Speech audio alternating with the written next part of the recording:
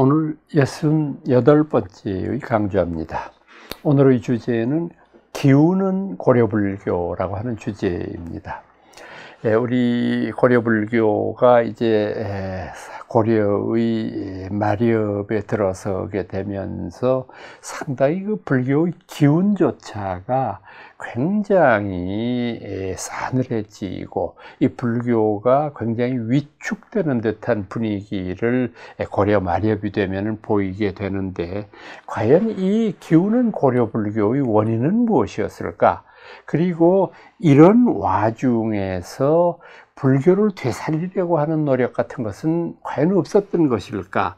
이런 점에 관해서 살펴드리려고 합니다.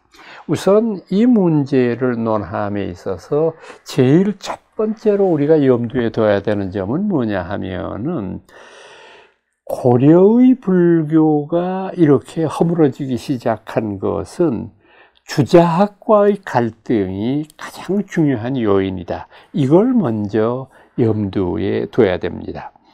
이 주자학과의 갈등이라는 것은 무슨 소리냐 하면은, 우리가 흔히 이제 유교라고 하는 것을 말했을 때 원시유교 이런 말을 먼저 쓰고, 그 다음에 등장하는 말이 주자학 뭐 이런 말 쓰지 않습니까? 그 원시유교라는 말을 썼을 때는 구체적으로 거기에 표현의 의미는 뭐냐 하면, 공자, 맹자, 그리고 그 주변에 있었던 여러 제자 백가에 있었던 유가 계통의 사상가들을 통틀어서 원시유교, 우리가 이렇게 부르는 겁니다. 근데 이 원시유교 때의 유교라고 하는 것은 아주 분명해요.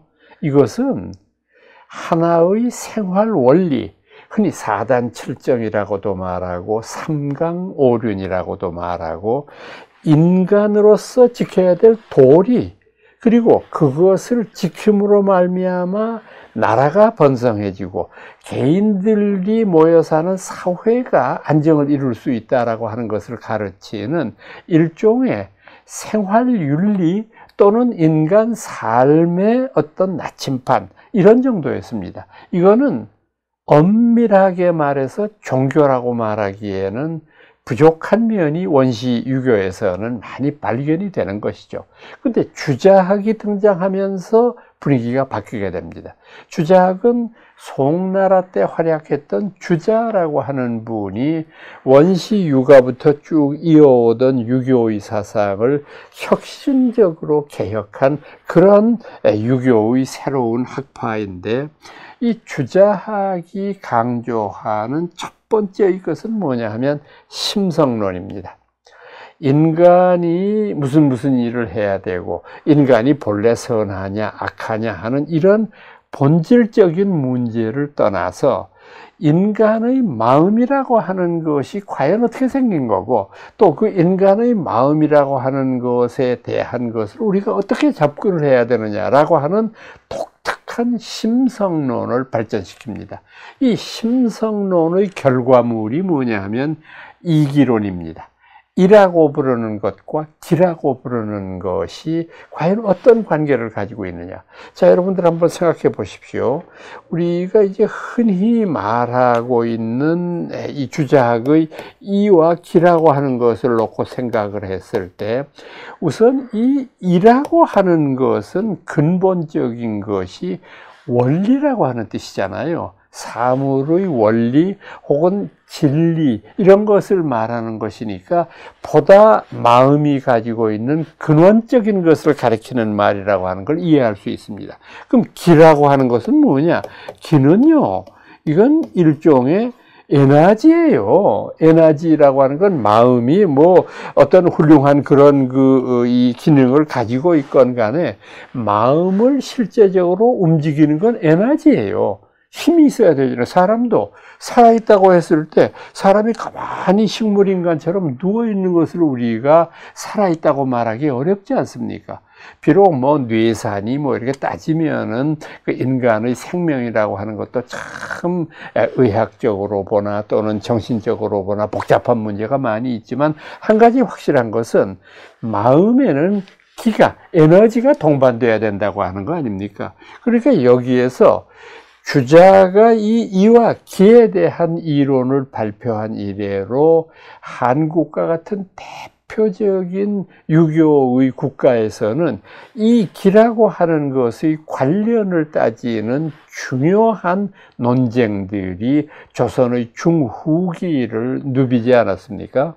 그래서 서경덕, 화담이라고 부르는 분입니다만, 이분이 주창했던 이기이원론이라고 하는 것, 그리고 또 그분의 후배였던 퇴계의 이황이라고 하는 분이 주장했던 이기일원론, 그리고 또 그분의 후배였던 율곡, 이라고 하는 분이 제창했던 이기호해론, 이와 기는 둘도 아니고 하나도 아니다. 이 이와 기는 상호 연관성을 가지면서 그것으로서 이 우주 만물의 모든 사물들을 만들어내는 것이다 라고 하는 그런 주장을 하기에 이르지 않습니까?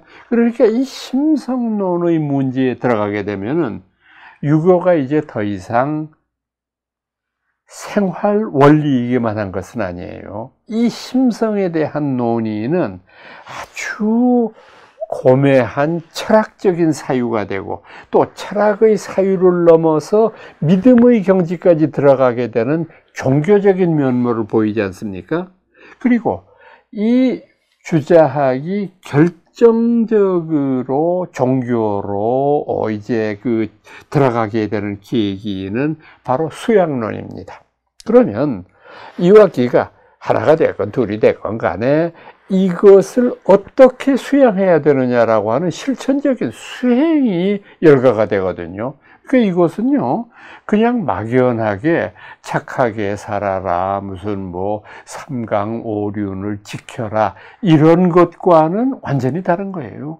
군자를 양성하기 위해서는 어떻게 해야 되느냐, 군자가 되기 위한 노력을 개인이 해야 되는 건 뭐고 사회적으로는 뭘 뒷받침해야 되겠느냐라고 하는 것을 강조해서 이런 주자학이 드디어 종교로서 등장하게 되는 것이 이 송나라 때의 주자학의 일이고, 또 이 주자학을 우리 고려에 직접 받아들인 인물이 안향과 같은 인물 아닙니까? 이러다가 보니까 조선에서도 유교를 공부하는 분들이 많이 생기게 되고, 또 그분들이 유교를 공부하는 방법이 마치 불교의 수행과 흡사하게 철저한 심성론과 수양론을 강조함으로 말미암아 서서히 불교와 대립하게 되는 그런 양상을 띄우게 되는 겁니다. 아마도 이 점을 먼저 염두에 둬야 고려 마렵에 불교가 왜 그렇게 힘을 쓰지 못하게 되었느냐 하는 것을 이해하는 계기가 될 겁니다. 그 다음에 우리가 두 번째로 지적해야 될 것은 불교의 내부적인 문제입니다. 불교 내부적의 문제라는 것은 좀 더 구체적으로 말씀드리면, 고려 마렵의 불교가 지나치리 많지 세속화되고 있어요. 완전히, 특히 성가 중에서도 비구 비구니를 중심으로 하는 출가 집단들의 세속화 경향이 눈에 띄입니다. 이것은 고려 마렵에 있었던, 특히 의종 이후에 굉장히 많은 상소문들이 올라오고 있는데, 그 상소문들이 지적하고 있는 것은 특히 불교계의 타락, 그 중에서도 스님들의 타락에 대한 것을 지적하는 부분이 제일 많아요. 가장 많은 것이 요즘 스님들이 결혼을 하는 것도 모자라서 축첩을 하고 있는데, 이것은 국법으로 이것은 금지하든지 잘못되었다는 것을 성단에 분명히 조정해서 이것을 얘기를 해야 된다, 뭐 이런 표현들이 나오는데, 물론 뭐 불교를 폄하하려고 하는 의도 속에서 의도적인 조작의 가능성도 배제할 수 없는 것이기는 하지만은, 당시 스님들의 도덕관이 상당히 뒤떨어진 것이 아닌가 하는 의혹을 갖게 되는 것이고, 또 이런 기록도 있어요. 그때는 이제 수도가 개성이었을 테니까 개성의 외곽에 있는 여러 사찰들에서 그 개성에 이제 들어가거나 나가거나 했을 때에는 반드시 통과해야 되는 중요한 그 관문 지역에다가 스님들이 털을 잡고 앉아가지고 자릿세를 뜯는 일까지 있었어요. 들어가려고 하는 사람들한테 자릿세를 내고, 뭐 그때 표현은 뭐 아유 시주하십시오 무슨 뭐 이렇게 설명하지만 사실은 그것은 굉장히 나쁜 행위거든요. 근데 그런 일들을 자행하게 되니까 뜻있는 일반인들의 굉장히 곱지 않은 눈길을 받을 수밖에는 없는 것 아니겠습니까?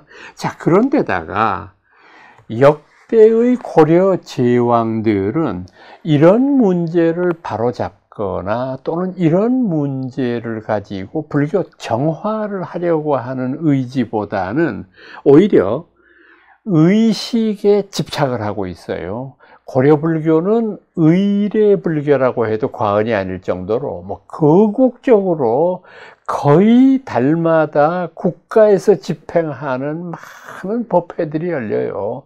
그러니까 여기에서 심지어는 그런 주장을 하는 분들도 있어요. 너무 고려 조정이 불교의 법회 의례에만 집중하다가 보니까 조정의 재정이 궁핍하게 되는 직접적인 원인이 되기도 한다라고 이야기하는데, 그거 이제 무슨 법회하는데 무슨 돈이 그렇게 많이 들겠나 말씀들을 하고 있는 분들도 있지만, 고려 때 유행했던 법회 중에서 반승법회라는 게 있거든요. 반승. 스님들 모셔가지고 공양하는 거, 밥 먹이는 거, 그런 법회가 있어요. 이게 왜 있었을까요?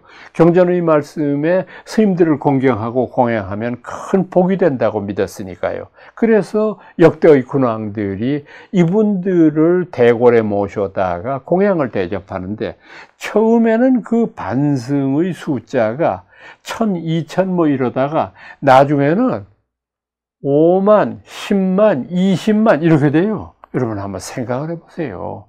거의 매일 일주일을 계속해서 5만 명, 10만 명을 공양을 하려면은 그 양곡이 옛날에 그 부자의 기준이라고 하는 게 쌀에 많이 몇 섬씩 그 시골에서 몇 섬씩 추수하는 사람이 부자로 치이던 그런 시대였는데, 이것을 국가 재정이 감당하기가 어렵지 않겠어요. 그런데도 불구하고 숫자를 줄이거나 그 반승 법회를 안 하려고 하는 생각은 안 하고 오직 복 받으려고 하는 그런 마음만 가지고 있었다. 이렇게 되니까 어떻게 되느냐? 결국은 군주들이 기복적 경향의 불교 수용의 자태를 보이고 있었다. 그러니까 불교는 더욱더 세속화될 수밖에 없었다 하는 원인을 들어야 될 것입니다. 그러다가 보니까 고려의 멸망과 더불어서 불교도 결국은 멸망하게 되지 않습니까? 아마도 이것은 우리 불교가 가지고 있었던 여러 가지의 역동적인 면이 상실된 것, 그러다가 보니까 스님들의 타락이 일반인들의 손가락질을 받고 외면을 받게 되는 원인이 되는 것이다. 저는 이 스님들의 타락의 구체적인 또 하나의 증거로는 뭘 보느냐 하면은 고려 마렵에 성행했었는데, 이 스님들이 이제 왕사가 되거나 국사가 되거나 그러지 않습니까? 그러면은 임금이 그 스님들한테 하사하는 물품의 목록이 고려사에 상세하게 나와 있는데, 그때 빠지지 않는 게 뭐냐 하면은 금난가사를 하사해요. 이거는 조금, 글쎄, 금난가사라는 게 뭘까요? 스님들 이 의식 때마다 입으셔야 되는 그런 그 가사, 혹은 뭐 장삼 마찬가지입니다만, 거기에 금박을 해서 전체 휘황찬란한 금으로 치장을 하는 그런 거 아니겠습니까? 세상에 우리가 출가자들의 옷을 분소이라고 부른다. 제가 누누이 말씀드렸는데 참 우리가 그 분소이의 정신을 생각했을 때마다 참 옥깃이 여며지지 않을 수 없을 정도로 참 불교의 본래 출가 정신이 담겨져 있는 그 화장장에서 화장을 망자에게 치를 때 그때 이제 남아있는 천조각들을 흩날리는 것을 주워가지고 그것을 엮어가지고 꿰매가지고 옷을 만들어 입었다라고 하는 그런 정신인데, 금난가사를 하사한다고 하는 것은 이거는 백보양보한다고 할지라도 절대 이것은 올바른 규범이라고 말할 수 없는 것이죠. 또 이것이 지나치게 되면 어떻게 되느냐, 탑의 장식화 경향이 엄청나게 많이 고려의 중후기 이후에 벌어져요. 가사에 금옷을 입히는 것처럼 탑도 외곽에 마치 불상처럼 금박을 둘러가지고 휘황찬란한 그런 건조물들을 만듭니다. 아마 이런 모든 것들이 불교가 멸망하게 되는 직접적인 원인이 되었을 것이다 라고 생각합니다. 네 번째로 저희들이 또 불교가 이제 기울어지게 되는 원인을 또 하나 우리가 생각을 해보면은, 불교가 민간신앙과의 습합이 이루어진다라고 하는 점입니다.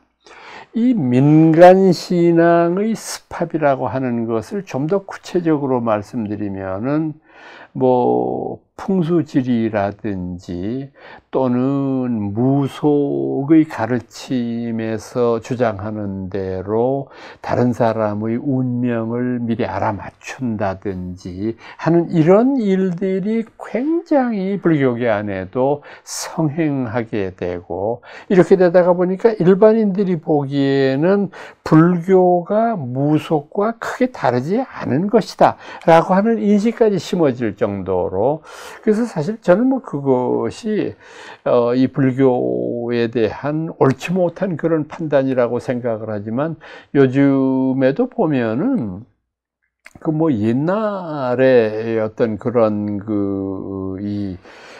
우리 형태를 표현하는 그런 것들, 뭐 이를테면은 우리가 뭐 전설의 고향이라든지 뭐 이런 프로그램들이 있었지 않습니까? 거기 이렇게 보면은 상투적으로 등장하는 스님들의 면모를 보면은 참 아주 재미있어요.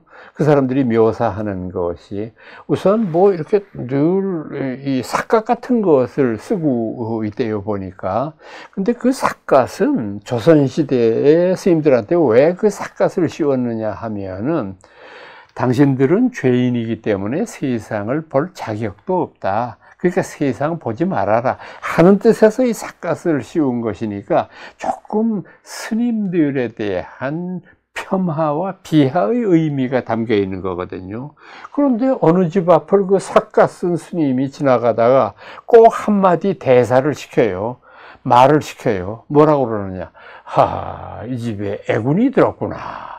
그러면은 주인이 아유 이거 어떡합니까? 스님의 애군을 어떻게 하면 없앱니까? 그러면 어디 모시에 우리 절에다가 불공을 드리라든지, 이게 이런 식으로 유도를 하는 것을 거기 드라마에서 버젓이 그런 것들을 방영을 하니까, 불교에 관심이 없는 사람들이 보기에는 불교는 저런 사기를 치는 집단이구나, 이런 식의 오해를 갖기 아주 십상인 그런 일들이 많이 보이지 않아요. 그러니까 이것은 그 사람들이 100% 잘못했다기보다는 불교도 20~20%의 원인 제공이 있었다는 뜻입니다. 그래서 이것이 마치 민간신앙, 앞서 말씀드렸던 무속신앙과 또는 풍수설도 마찬가지입니다. 풍수설, 이런 것하고 결합을 함으로 말미암아 우리 불교가 결국은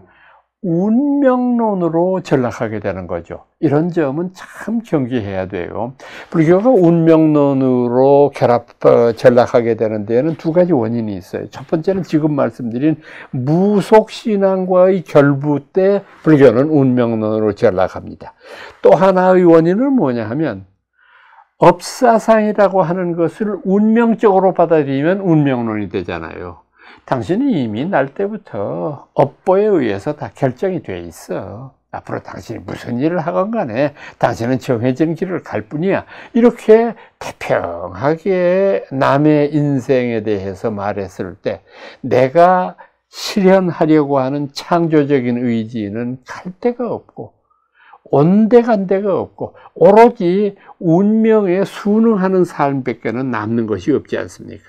자, 이러다가 보니까 운명론으로 전락했을 때에는 영험을 통해서만 부처님의 가피를 얻을 수 있다고 생각하는 영험 위주의 불교관이 아주 성행하게 되는 거죠. 앞서 제가 말씀드렸던 대로 사실 이런 영험만을 강조하는 것은 사실은 훌륭한 일은 아닙니다.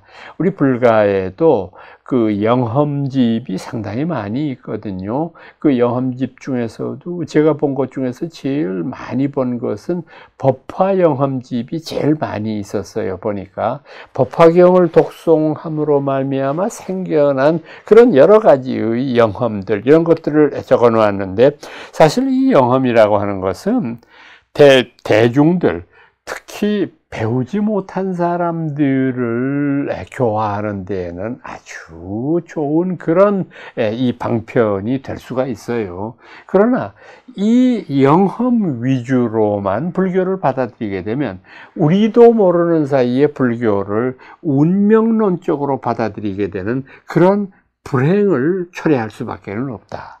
여기에서 발견되는 점은 뭐냐? 결국은 불교가 가지고 있는 기복적인 성향만이 고려마렵에는 끊임없이 생겨나게 된다. 그러니까 앞서 말씀드렸던 불교가 가지고 있는 역동성, 이런 것은 자취도 없이 사라지게 되는 것이죠. 그러니까 마지막으로는 이 고려마렵의 불교가 역시 부녀자 위주의 불교로 전략할 수밖에 없었다라고 하는 점인데, 물론 부녀자 위주로 전락한다고 해서 그것이 반드시 잘못되었다, 이렇게만은 볼 수 없어요. 당시의 교육의 기회가 전혀 일반화되어 있지 못한 상황에서 이 부녀자 불교를 얘기했을 때 이것을 폄하하는 말 가운데 치마불교라는 말이잖아요. 이런 말을 했을 때에는 불교가 배우지 못한 사람들의 종교다라고 하는 것을 강조하려고 하는 서양 선교사들에 대한 그런 그들의 악의적인 어떤 선전에 불과한 것일지도 모르겠는데, 그럼에도 불구하고 우리가 이런 문제는 조금 신중하게 생각을 하고 접근해야 될 문제예요. 왜냐하면은 최근까지만 해도 우리 불교의 법회 시간에 보면, 저는 여러 전국에 있는 사찰이나 또는 신행단체를 찾으면서 불교를 홍보하는 일에 이제 종사하고 있는 사람이다가 보니까 참 여러 군데의 절을 보고 여러 군데의 법회에 참여하게 되는데, 그때마다 제가 느낀 것은 뭐냐 하면, 안 그런 데도 물론 있지만 대체적으로 여성 불자들이 많아요. 또 여성 불자 중에서도 노년의 여성 불자들이 거의 대부분을 차지하고 있어요. 그래서 제가 그럴 때마다 청중들에 대한 자꾸 제가 의혹이 들어요. 제가 이런 말을 하는 것을 지금 청중들이 정말 알아들을까? 아니면은 그냥 알아듣는 척 하는 걸까? 전혀 모르는 건데 그냥 법당에 있으니까 다 복이 되는 거지, 이런 생각을 하는 것 아닐까? 특히 또 저같이 교수 출신의 사람들이 하는 그 법문의 내용이라고 하는 것이 아무래도 합리적이고 논리적이고 지적인 면의 표현을 많이 할 수밖에 없는데, 과연 이런 것들이 지금 이 분들에게 필요한 것일까 하는 내 스스로의 자괴감도 들고요. 근데 남성들이 많은 데에서는 그런 생각은 추워도 들지 않아요. 남성들이 많을 때에는 아무래도 그분들이 관심을 갖는 것은 지적 불교거든요. 그러니까 이분들은 오히려 영험 위주 얘기하는 것보다는 지적인 불교를 설명하는 것이 훨씬 더 반응이 좋고 눈이 반짝반짝해져요, 그때부터. 그러니까 이제 이런 것을 느끼게 되는데, 많이 나아지기는 했지만 여전히 그런 분위기라고 한다면은 참 이것은 우리가 반성해야 될 면이 아니냐라는 생각을 하는 것입니다. 그러나 치마불교라고 하는 것은 고려 말엽 조선 500년이라고 부르는 이 불교 박해의 참혹한 시절에서는 불교를 살린 원동력이 된 것이 바로 이 치마불교입니다. 이 치마불교가 없었다고 한다면 한국의 불교는 결코 살아남을 수 없었을 것입니다. 그래서 부녀자 위주의 불교라고 해서 저희들이 반드시 잘못된 것이다, 이런 식으로만 설명하는 것은 옳지 않은 일일 것이라고 생각을 합니다. 앞서 제가 우리 불교가 외래 종교, 특히 그 무속이나 풍수사상과의 결합에 의한 그런 그 운명론, 이런 말씀을 드렸는데, 이런 영향 때문에 서양의 지성인 가운데에서 불교를 아주 잘못 주장한 사람이 있어서 제가 그것을 하나 오늘 실예로 들어드리려고 합니다. 그 사람은 누구냐 하면은 막스 베버라고 부르는 사람입니다. 뭐 미국식으로 발음하면 웨바가 되겠습니다만은, 이 막스 베버라고 하는 사람은 종교 사회학이라고 하는 아주 독특한 학문을 발전시킨 사람입니다. 그래서 이 종교 사회학이라고 하는 것은 이를테면 이 사람 공부 방법이 아주 재미있는 것이, 11조를 강조하는 개신교에서 과연 그 11조가 어떻게 쓰여지고 있는 것이냐, 그리고 이 교회가 재산을 증식시키는 수단으로 11조를 어떻게 이용하고 있느냐, 이런 것들에 날카로운 메스를 대고 그걸 가지고 이제 분석, 해체하기도 하고, 또는 종교에서 논하는 여러 가지, 특히 이 사람은 서양 사람이니까 기독교밖에는 관심이 없었겠습니다만은, 기독교에서 하고 있는 사회 활동들에서 기독교 선교의 목표보다는 오히려 이윤을 창출하기 위한 수단이 되는 것은 아닐까 하는 쪽으로도 관심을 보이고 있는데, 이분이 불교에 대해서 언급한 것이 제가 조금 전에 말씀드렸던 종교사회학, The Sociology of Religion이라고 하는 아주 큰 책입니다. 300페이지가 넘는 책인데, 거기서 불교라고 하는 것을 언급하는 게 2페이지가 있어요, 그 책에. 거기 보면은 세계의 불교라고 하는 얘기를 언급을 하고 있는데, 거기 보면은 세계의 불교다가 보니까 당연히 중국의 불교 나오고 일본의 불교 나오고 끝나는 줄 알았는데, 마지막에 반 페이지를 또 한국의 불교라는 걸 썼어요, 그 사람이. 그래서 이런 세계 최고의 지성이 한국의 불교에도 관심을 가지고 있었구나 해서 처음 볼 때는 참 신기하기도 하고 정말 이 흥분된 마음으로 읽어 내려가는데, 그 한국의 불교를 설명할 때 이 사람이 뭐라고 이야기하느냐 하면, 그 반 페이지 안에서 한국의 불교는 무속과 똑같아, 이렇게 썼어요. 그러니까 무속과 똑같아, 이래서 이 사람이 무슨 소리를 하는 건가.